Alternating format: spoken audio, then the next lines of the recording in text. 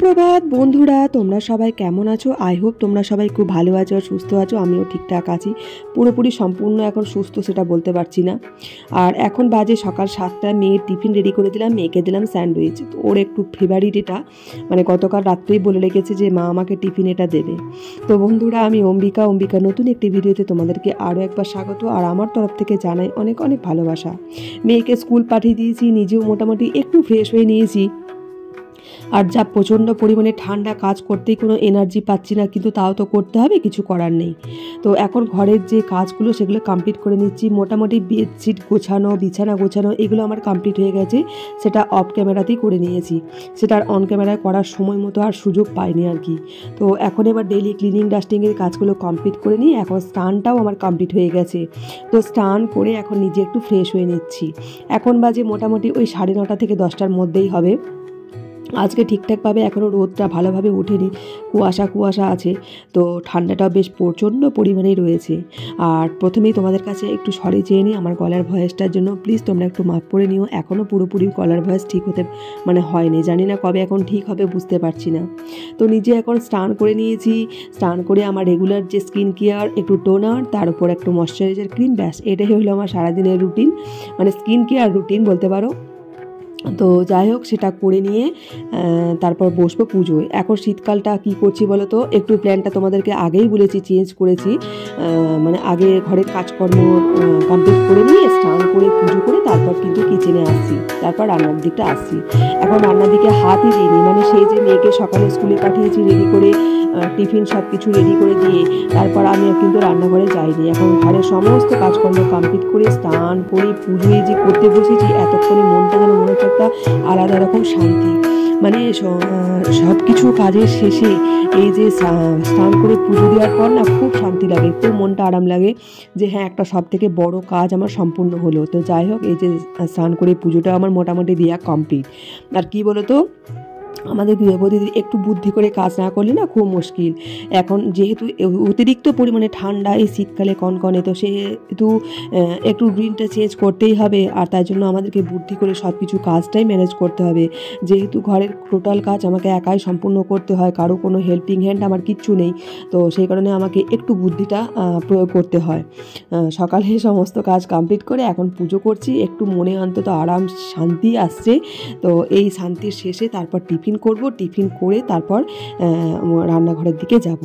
তো আর বন্ধুরা, তোমাদেরকে আরেকটা কথা যেটা বলা হয়নি, কটা দিন তোমাদেরকে ভিডিও শেয়ার করতে পারিনি, তার জন্য সেটা তোমাদের কাছে সরি চেয়ে নিয়েছি। আরও একবার সরি চেয়ে নিচ্ছি। এখন থেকে আশা করি রেগুলার ভিডিও তোমরা দেখতে পাবে, ঠিক আছে? তোমরা প্লিজ এইভাবেই আমার পাশে থেকো আর সাথে থেকো। তো এই যে আমার মোটামুটি পুজোটা কিন্তু কমপ্লিট হয়ে গেল।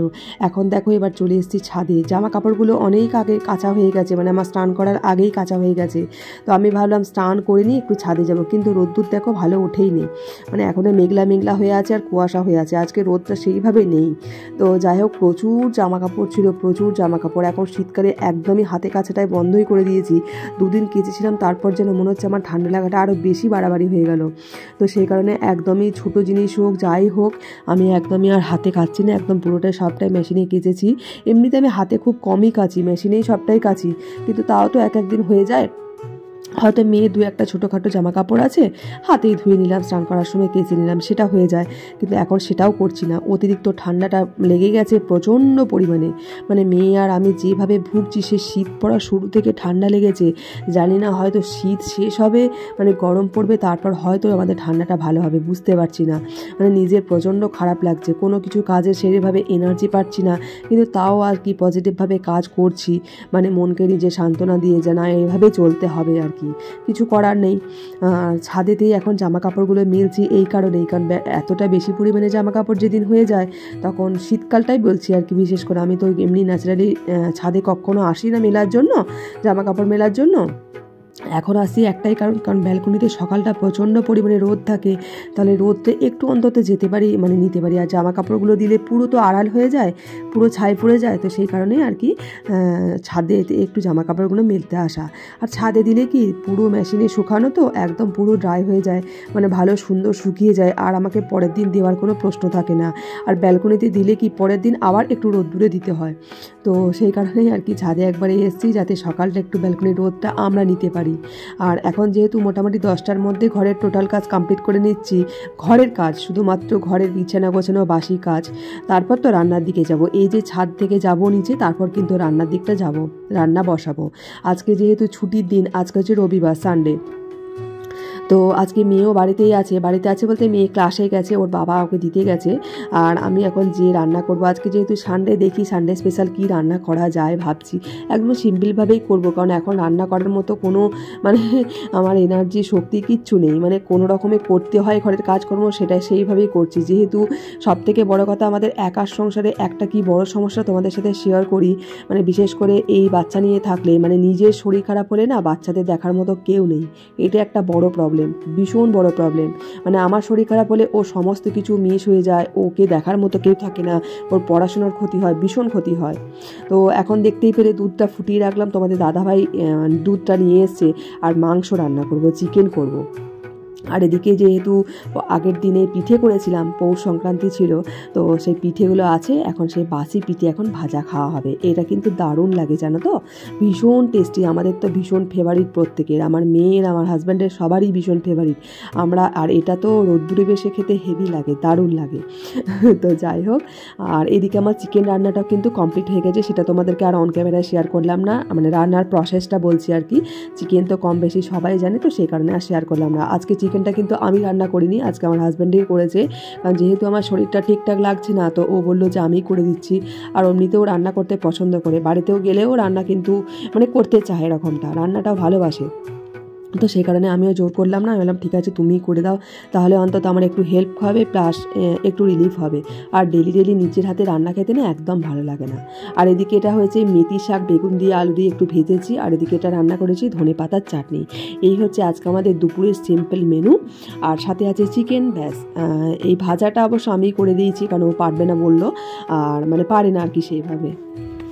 এই দেখো ছাদে এসেছি, রোদ্দুরটা মুখের মানে চোখের মধ্যে লাগছে, রোদে সেরকম কোনো জোরই নেই, একদম চুলটা শুকানোর জন্য আসা। ঘরে তো কিচ্ছু রোদের মানে কোনো চিহ্নই নাই।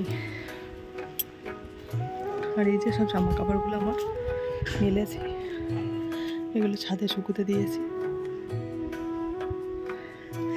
অনেক দিদিভাইরা এখানে ছাদে গাছ লাগিয়েছে, তোমাদেরকে একটু দেখাচ্ছি, দাঁড়াও কত সুন্দর ফুল ফুটেছে।